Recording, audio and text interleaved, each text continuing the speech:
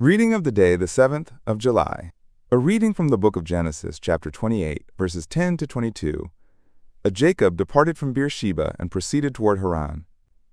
When he came upon a certain shrine, as the sun had already set, he stopped there for the night. Taking one of the stones at the shrine, he put it under his head and lay down to sleep at that spot. Then he had a dream. A stairway rested on the ground, with its top reaching to the heavens, and God's messengers were going up and down on it. And there was the Lord standing beside him and saying, I, the Lord, am the God of your forefather Abraham and the God of Isaac. The land on which you are lying I will give to you and your descendants. These shall be as plentiful as the dust of the earth, and through them you shall spread out east and west, north and south.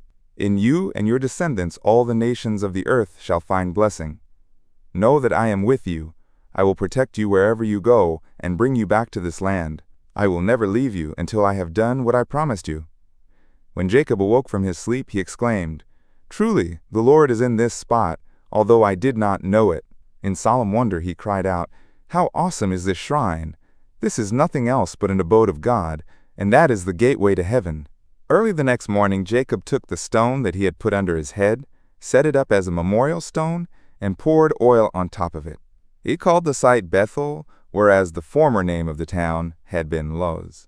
Jacob then made this vow, If God remains with me, to protect me on this journey I am making, and to give me enough bread to eat and clothing to wear, and I come back safe to my father's house, the Lord shall be my God.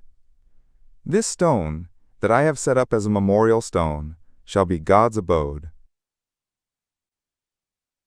Gospel of the Day. From the Gospel according to Matthew chapter 9, verses 18 to 26.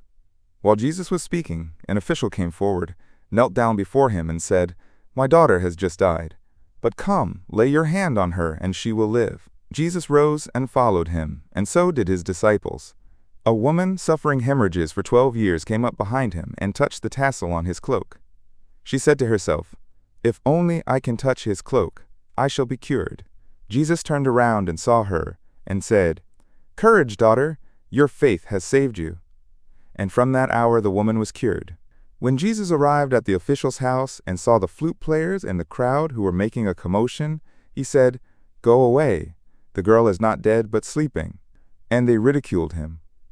When the crowd was put out, he came and took her by the hand, and the little girl arose. And news of this spread throughout all that land.